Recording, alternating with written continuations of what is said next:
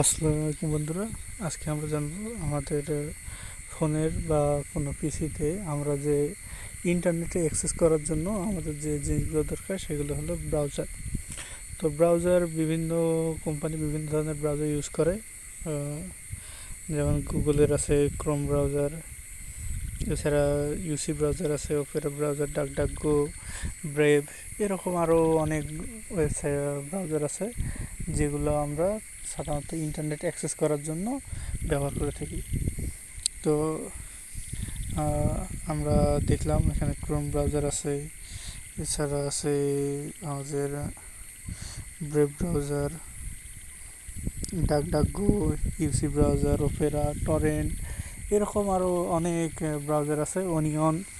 আমরা চাইলে এই ব্রাউজারগুলোর মাধ্যমে প্রবেশ করে আমাদের ইন্টারনেটের যে কাজগুলো আছে সেগুলো করতে পারি। ধন্যবাদ সবাইকে ব্রাউজার সম্পর্কে জানার জন্য।